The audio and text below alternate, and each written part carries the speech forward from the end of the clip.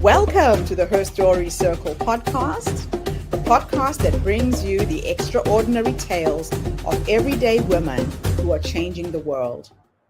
I'm your host, Gertrude Mache, and I'd like to acknowledge traditional custodians of the land on which we meet today. I also like to pay my respects to elders, past, present, and emerging. Every week, we dive into the lives, challenges, and triumphs of women from all four corners of the globe. We're here to inspire, enlighten, and connect, sharing stories that uplift and empower. So grab a cup of coffee, settle in, and join us as we explore the incredible journeys of women shaping our future. This is Her Story, where every woman's voice matters. Hello, everybody, and welcome back to the Her Story Circle. This is Gertrude Mache here in beautiful Melbourne, Australia. And today I am graced with the presence of yet another fascinating woman. Welcome, welcome, welcome to our tribe. Please tell everybody your full name, where you're based, and share your story with us today.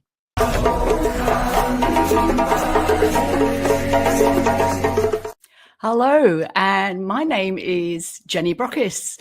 I'm based in Perth, West Australia, which is the most beautiful city. And I'm lucky enough to have lived here for over 30 years now.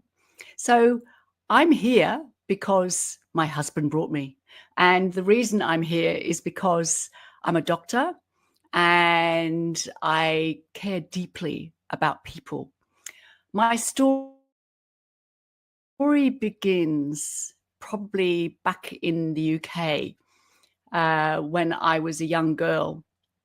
And I was one of those kids that always tried really, really hard to please other people. I tried hard to please my father, who was a slightly distant figure. I'm sure he loved me in his own way, but I always tried really, really hard to gain his approval in whatever I did. So I grew up and I decided that I wanted to enter medicine, which wasn't easy for me. I wasn't a natural A-grade student or anything like that. I was always a bit of a plodder. I had to try. It felt like a lot harder than everybody else to get through, but I managed it. And I was really pleased when I eventually qualified. And in the process of being at medical school, I met my wonderful husband.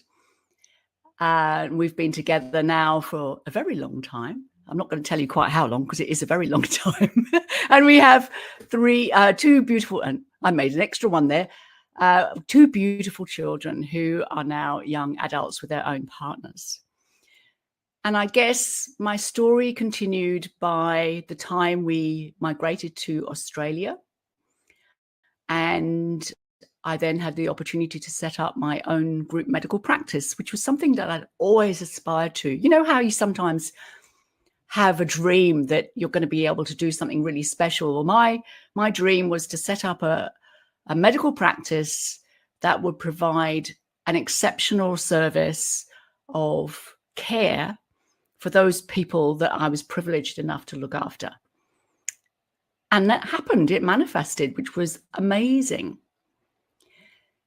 But however, a little while into this goal being achieved, I lost something along the way.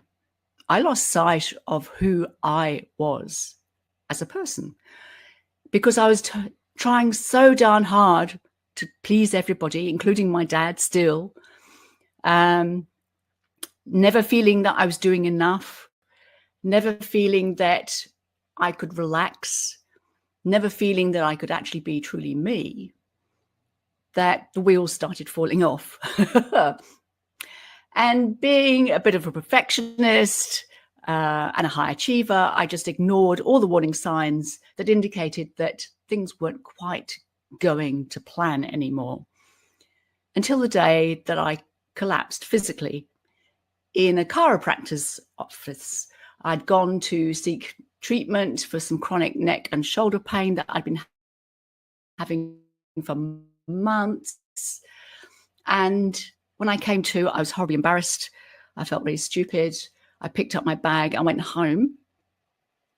And I never went back to my practice again. I had reached that point of total burnout, physical, mental, emotional, spiritual, everything just stopped. And it took me 12 months to recover. And at the time, it was very hard because I'd spent so long building up this practice, trying to do everything I wanted to do, and then to lose it all in just one moment. I felt deeply ashamed of letting other people down, of not being able to do what I had set out to do. I felt like I'd let down my patients, I'd let down my family, I'd let down everybody, including myself. And it took 12 months to recover. And during that 12 months, my rock, my soulmate, stayed with me. He said, I don't get what you're going through. I can't understand it. I can't get it because I've never experienced what you are experiencing. But he was always there for me. And that's what helped me to get through that time. And at the end of the 12 months, I decided to take a gap year to just go out and explore and try different things and do something else other than medicine, because I realized that I had something else to give. I wasn't quite sure what that was going to look like. And what it did turn out to be was working in the corporate space, but providing health and well-being in a different format. Rather than one-on-one, I was providing it to more people simultaneously. And I loved it. And I realized that my experience had changed me. I was no longer the same person. I had shed that shackle of always feeling anxious, about not doing enough, not being good enough. That enough thing was a real burden. And I was now able to step into my true space, to be me, to be Jenny, and to feel lighter, happier, and more fulfilled. And at the time when I experienced burnout, it felt like my world had ended. I couldn't believe what had happened. And it took that 12 months, if not longer, for me to accept that this was actually a good thing to have happened, because it enabled me to step into my space and truly own it. So I'm now deeply grateful to have had that experience. I still wouldn't wish it on anybody else in the world because it's not fun to go through. However, sometimes when we experience tragedy in whatever shape or form, it truly does help us to take that time to reflect and learn from that experience. And I truly learned from mine. I can say with all honesty, I am in a much happier space. I think I'm a better person. I think I'm a kinder person. I think I wake up grateful in the morning to see what the world has on offer. And it's made me aware of the need to embrace everything that this amazing planet has to offer. So that's my story in a nutshell. Dr. Jenny, what an incredible story. You know, just listening to you speak, I can so resonate with what you went through. Having had a little health scare of my own, it makes you realize that your health is your wealth. Without being healthy psychologically and physically, you're no use to anyone, really.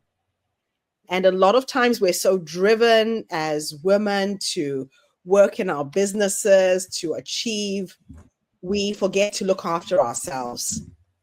So I'm really happy to see you happy and vibrant. And on the other side of that, really empowering others in the workplace to do the same.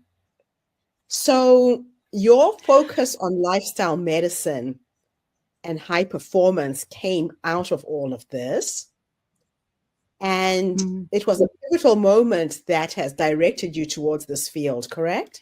Absolutely, because I realized that what I'd learned in medical school was very good in terms of putting band-aids on injuries.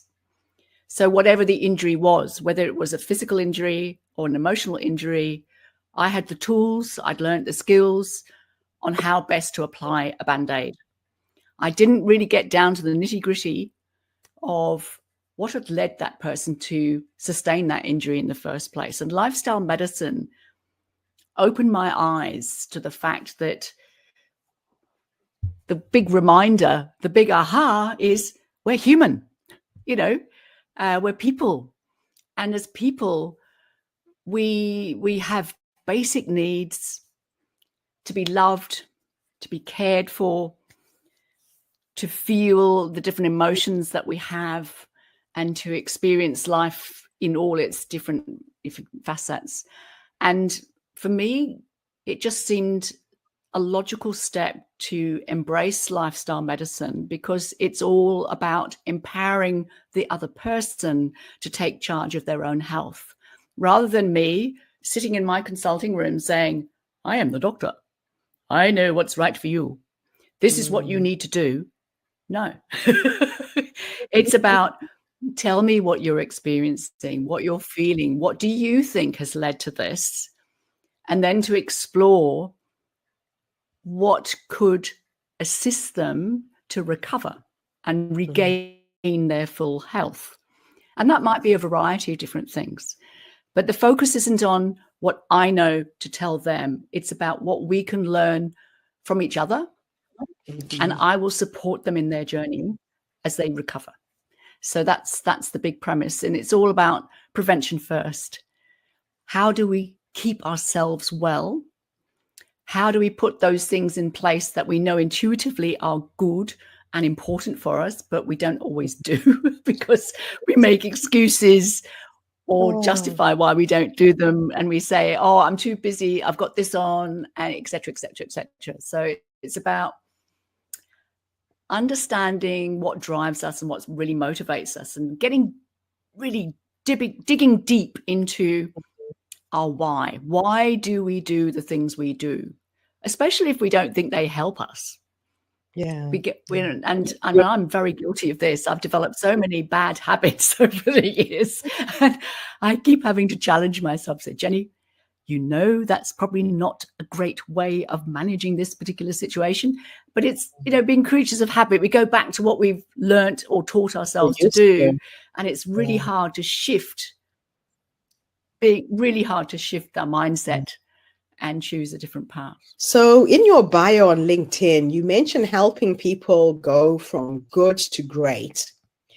Could you share some powerful strategies that have proven effective for individuals looking to elevate their performance? Of course. Now, I think I need to start off by saying what good to great looks like for an individual is going to be your version of success.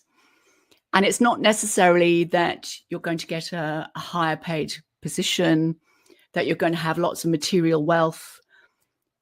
High performance or doing better or being successful is really about getting that sense of what makes you happy, what makes you feel fulfilled.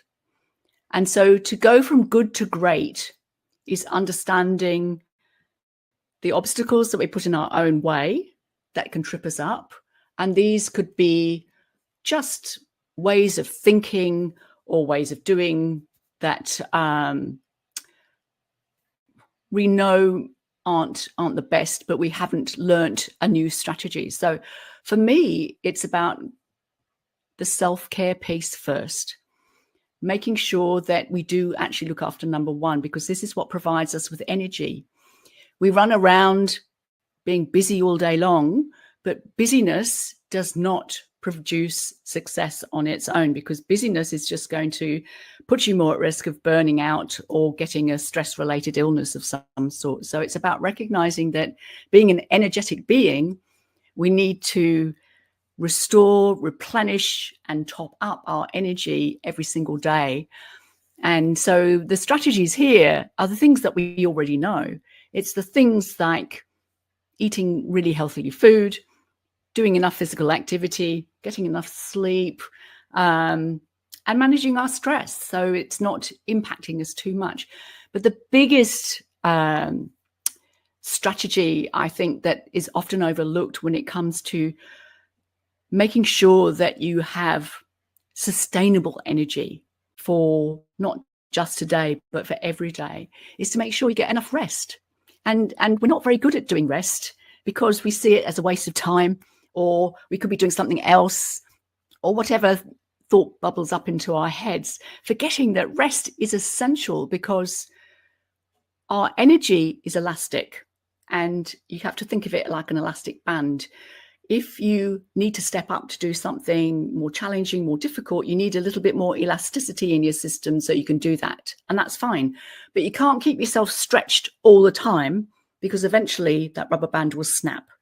So it's about recognizing that energy is elastic. It comes and it goes, but we need to top it up by taking time out to restore that energy. And this isn't just a holiday or a long weekend. It's about those little things we do every single day.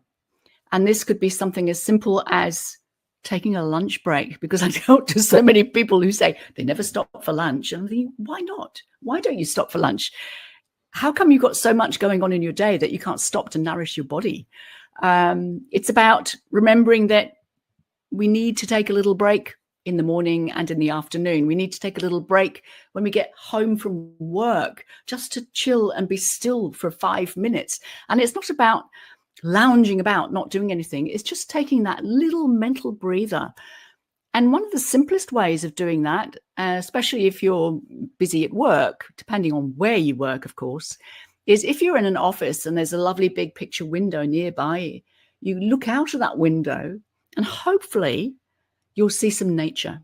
Nature is so restorative. If you've got a view out onto a tree or some bushes or something like that, 30 seconds is all you need to restore that energy and to give you a little bit of a top up so you can carry on and do some more work. So that's one strategy.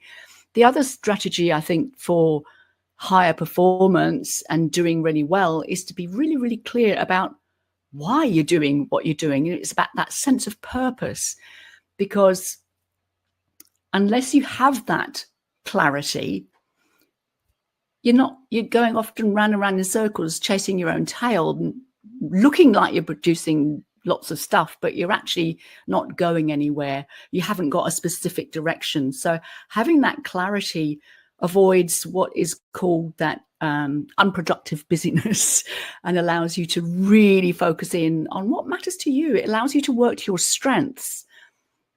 And I'm sure you know as well as I do, Gertrude, that when you're working to your strengths, you're strong, you're confident, you're feeling much more courageous.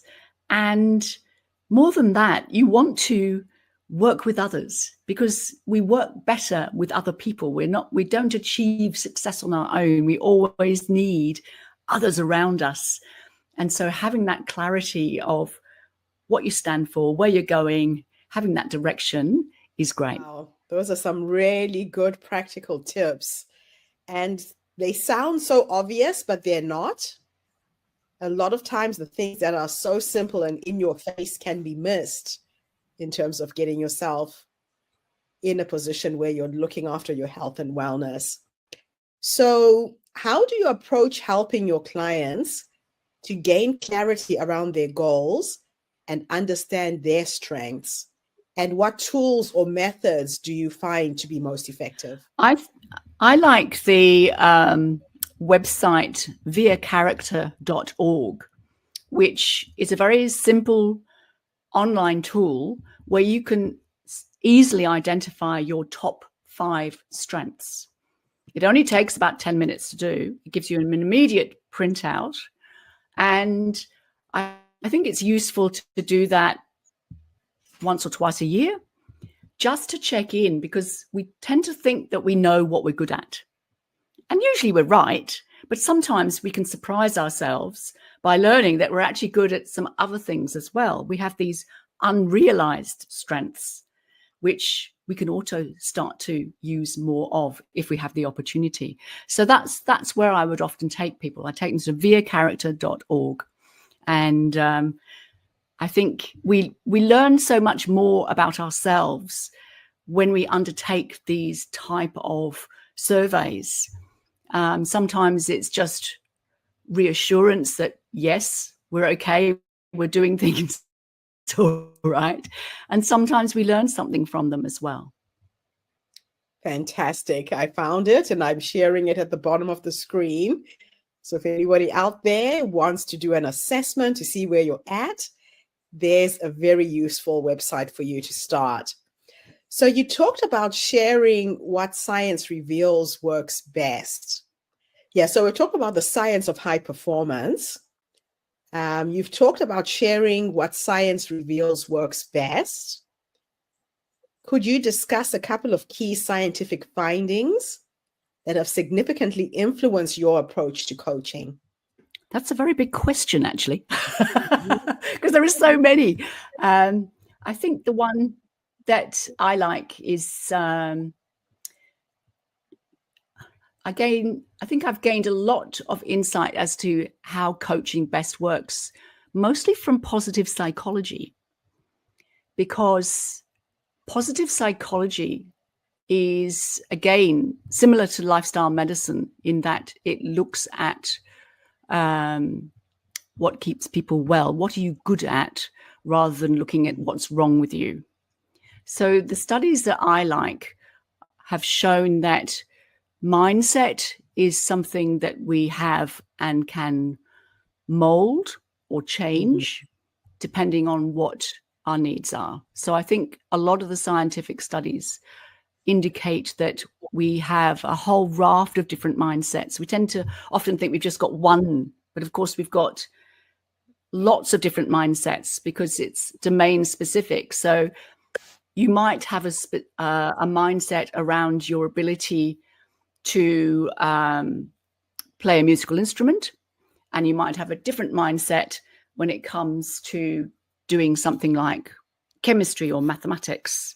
Yes. So for me, if somebody says to me, Jenny, I'm going to give you a whole raft of exercises, and these are mathematical questions, I'm going to go, oh no, I don't think so, because I don't do maths. I'm terrible at maths. My mindset is very fixed. I'm not open to changing that. Whereas my mindset around music is that music is something that I enjoy. I love to find out more. I've got a more open or growth-oriented mindset. So I'm curious to find out what I could do to get better at something. So if I'm playing the piano, how can I find a piece of music that's going to teach me a little bit more? So I think understanding that our brain is always looking for novelty, but not too much. It doesn't like it when it's feeling too challenged. So in order to get better at stuff, we have to sort of nurture that, what I call possibility thinking. And that's by looking at how to nurture a more open mindset that wants to learn more, because we have this amazing brain that is dynamic and is constantly changing. And I think when neuroplasticity became better understood, the fact that the brain changes itself revolutionized the idea of how we learn, or how we think, learn, and remember.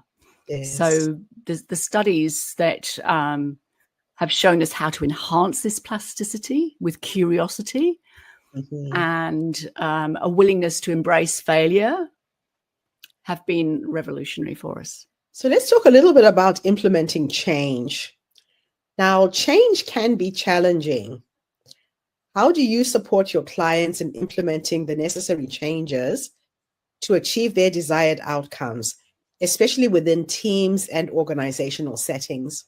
I think the big thing about change is I think we've overcomplicated it a fair bit, or we've made it harder than it needs to be, because we've always had change. Change isn't anything new or different. We've evolved with change. It's why we're here. It's why we are the people we are today, because we have adapted to all the necessary changes. But of course, some change is something that we look forward to, a change of scenery, a change of location, a change of circumstance. And some changes feel more challenging because we're not quite sure if it's the right change for us, if it's something we really, really, really, really, really want, or we're worried that if it's not the right change, something bad will happen as a consequence. So I think when I'm working with somebody and they're looking to change something, I want to get a sense of why they're looking for this change. What is driving them? Is it somebody else's expectations or is it their own expectation? Because often if you're doing it for somebody else, that's not a good reason, except when your boss says you have to change. And then sometimes we do have to comply. But I think it's also about knowing the strength of your desire for this change. I like to get people to rate their desire on a scale of 0 to 10, because if it's a wishful thought, something that'd be nice if you could change it, or it'd be so nice if I could change my weight, for example, because how many women want to change their weight? But unless they really, really, really, really, really understand why they want to change their weight, and that desire is something that's compelling for them enough, it's not going to happen. So I think we have to start with that premise first. And when somebody gets why they want to change, then it's so much easier to say, okay, well, let's look at what's going to support you in making that change happen, rather than looking for all the obstacles, because we're very good at finding obstacles. Yes. Let's look for what's actually going to support you in this change. What do you need to do? What will you be doing differently, and who's going to support you in that? So I think the biggest thing for change management is knowing you don't have to do it alone, and that it's normal to make mistakes, stuff up, fall off the tracks, and then you have to get up and just do it again. So, you know, if I was coaching somebody to give up smoking, I would be telling them, well, you do know that it can take, some people do it in the first go, some people will take 7 goes, some people will take 20 goes. It's all different for different people. So don't give up if you don't succeed the first time.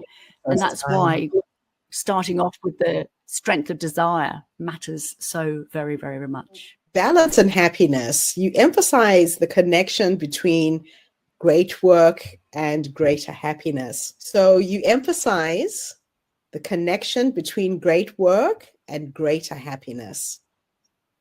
How do you help professionals strike a balance that promotes both productivity and personal satisfaction? That's also a very interesting question, because I find that sometimes it's the people who love their work too much that get into the biggest difficulties. Sometimes it's the people who are most dedicated, the most committed, the most passionate people who are at greater risk of losing their luster and losing that motivation to continue, because they basically burn out. Having or finding sufficient satisfaction in your work, it is about finding that happy balance. So I think it's around, first, like we talked about before, the energy management, but also the little rituals and rules that we put in place to support ourselves so that we can maintain that balance. We can't really talk about work-life balance anymore because it's such a blur. We've sort of interwoven life and work so much. I mean, where does one start and the other end? But unless we've got some idea of how to say, well, okay, I've finished work for the day, now I'm in a different work domain, life domain, it gets very difficult to switch off. And you'd probably be surprised how often I've been asked to go and speak to different departments because their staff are just working too hard and they've lost switch off. They can't switch off. And because they can't switch off, they go home thinking about work. They're not present with their families. Their relationships suffer, and it's not good for anybody. So it's about remembering that we are not on this planet purely to work, but we are here Yeah. to do work that gives us purpose, that makes us feel fulfilled, and we know that it's providing value to others, either within our organization, or if we're client based, to the person we're working with, and knowing that it's okay to put in a line and say, now I have stopped. Now I have turned the phone to silent. I've closed down the laptop. I'm away from my desk, because otherwise we just keep going. And I say this because I know I am extremely guilty of doing this. Yes. And I have to have very significant talks to myself. And sometimes my husband has to say, Jenny, stop. So we need to tell other people what our boundaries are, because otherwise we justify, I'll just spend another 5 minutes. And you know that 5 minutes is going to turn into an hour and a half or whatever.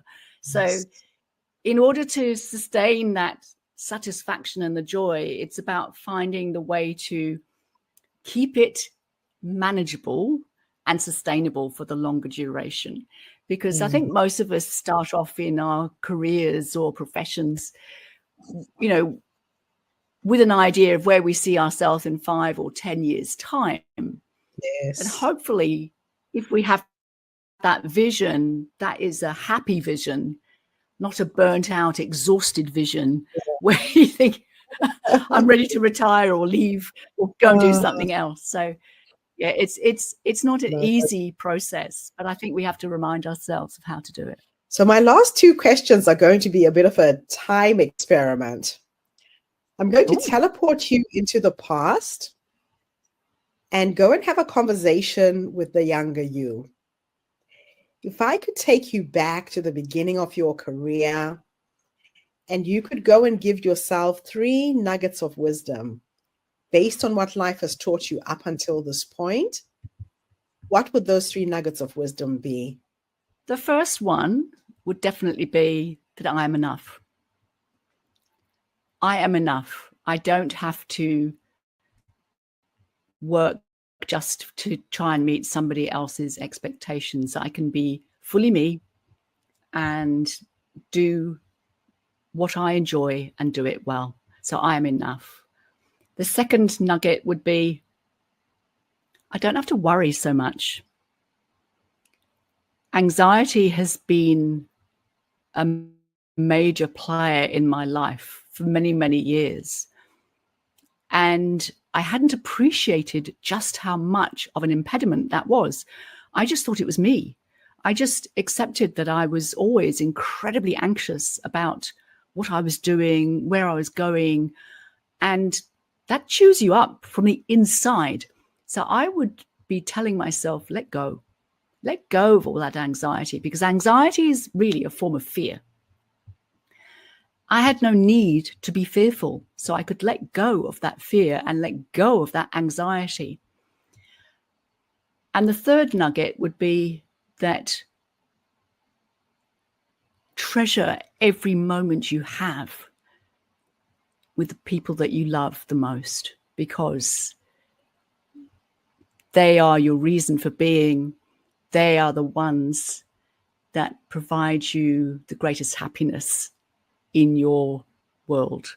So nurture and support those very, very special people as much as you can, and tell them that you love them every single day. Oh, that's just beautiful advice. Last question, I'm going to take you into the future. And we're going to talk to the 100-year-old you. With science and medicine being what it is, you might live to 120, who knows?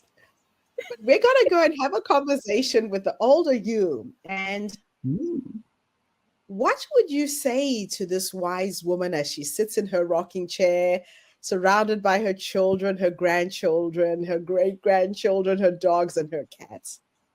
What would you say to this wise woman who's led you up until this point? I would say to her, what fun activity are you going to be doing today? How are you going to be playing today? What are you going to be doing that's going to teach you something, that's going to excite you, that's going to bring you joy? Because I think there's a saying, and I can't remember exactly how it goes, but we don't grow old.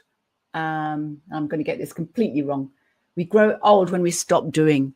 So I would ask the older woman, the wise woman, to keep going and to always make sure she's got a plan for some new excitement or something of interest that's going to pique her curiosity and keep her learning and keep her interacting with everybody around her. I love that. That is so beautiful.